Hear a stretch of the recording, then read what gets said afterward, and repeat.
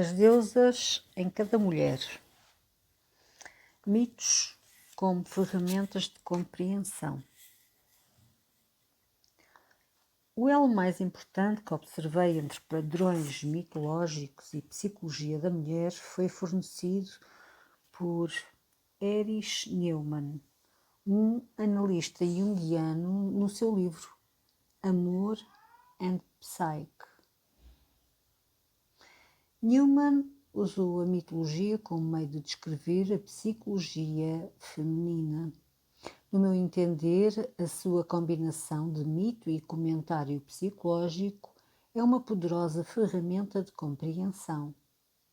No mito grego de amor e psique, por exemplo, a primeira tarefa de Psique é selecionar um enorme amontoado de sementes, colocando cada tipo de cereal num montículo separado.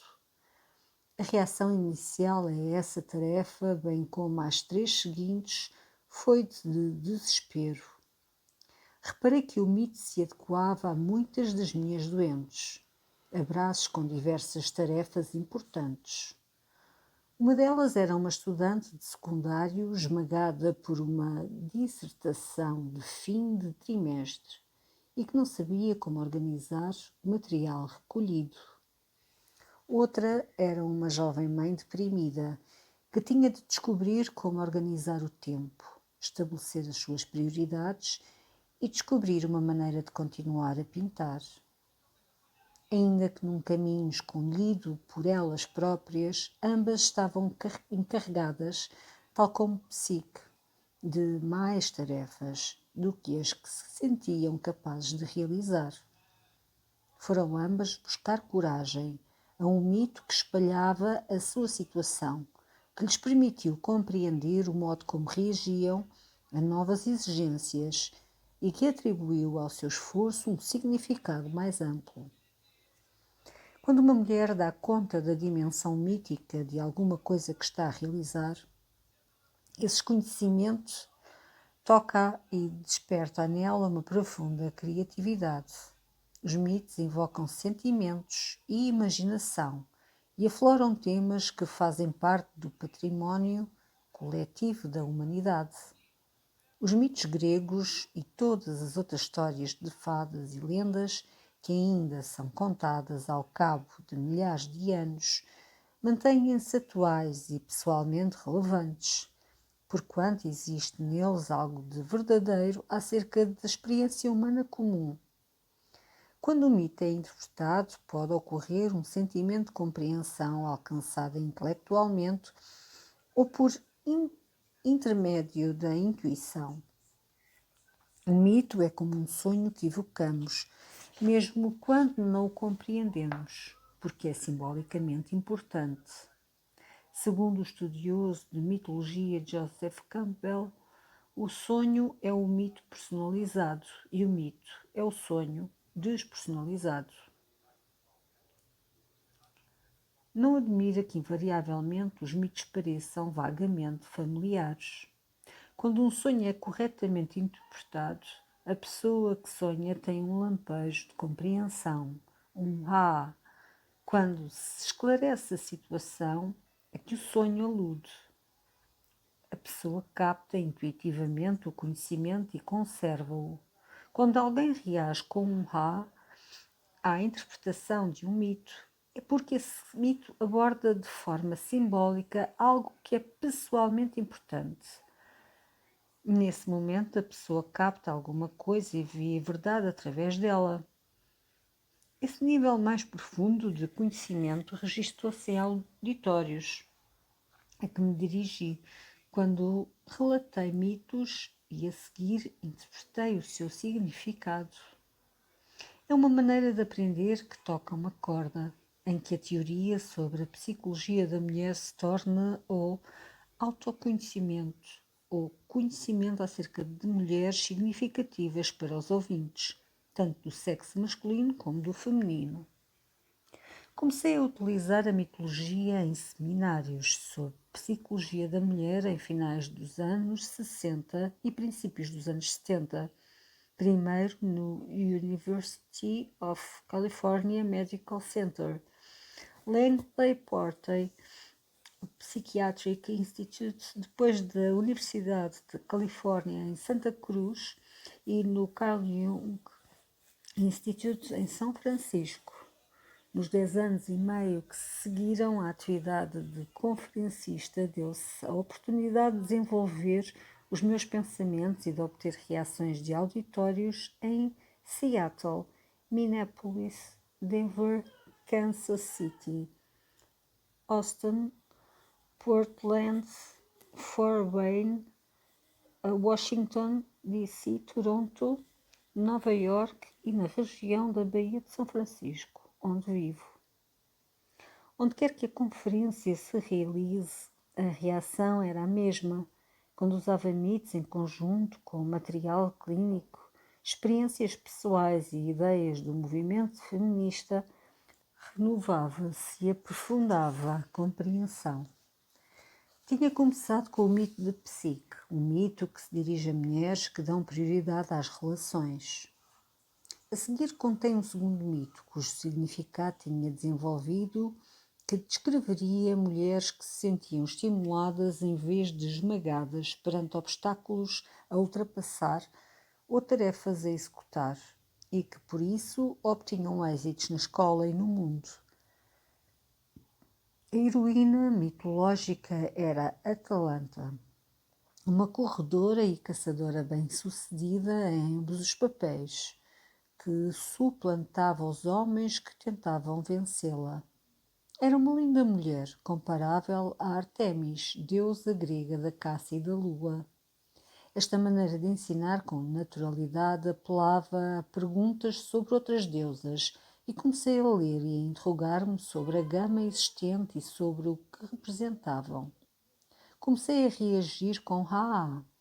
Por exemplo, uma mulher ciumenta e vingativa entrou no meu consultório e reconheci nela, enraivecida e humilhada, era deusa do casamento e consorte de Zeus.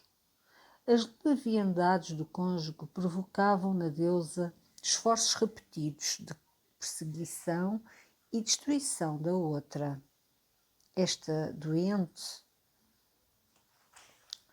tinha acabado de descobrir que o marido tinha uma relação e desde esse momento que estava obcecada com outra mulher. Tinha fantasias vingativas, espiava-a e estava tão desejosa de ajustar contas que se sentia louca. À semelhança de Hera, a sua cólera não se dirigia contra o marido, que tinha sido quem lhe mentira e lhe fora infiel. Para a minha doente foi muito útil entender que a infidelidade do marido invocara uma resposta típica de Hera. Compreendeu então porque se deixara dominar pela cólera e quão destrutivo esse sentimento era para ela. Foi capaz de compreender que precisava de confrontar o marido com o seu comportamento e de enfrentar os problemas conjugais em vez de se transformar numa era vingativa. Foi então que uma colega se pronunciou inesperadamente contra a emenda sobre igualdade de direitos que eu defendia. No meio da cólera e da mágoa que senti, reagi à situação com um "ah". Tratava-se de um confronto de tipos baseados nas deusas existentes nas nossas psiques. Nesse momento, em relação ao assunto, eu estava a agir como Artemis e a sentir-me a irmã mais velha, arquétipa, protetora das mulheres. Em contrapartida, a minha oponente assemelhava-se a Atena, a filha que nascera já crescida da cabeça de Zeus, e que era, por conseguinte, a deusa patrona de heróis, defensora do patriarcado, muito do género filha do seu pai. Noutra altura andava a ler sobre o rapto de Patti Hearst e compreendi que o mito de Perséfone, a deusa raptada, violada e prisioneira de Hades, o senhor dos infernos, estava a ser representado uma vez mais, desta vez nos cabeçalhos dos jornais. Patti Hearst era estudante da Universidade da Califórnia, uma filha protegida de 2 bastardos deuses do Olimpo da atualidade.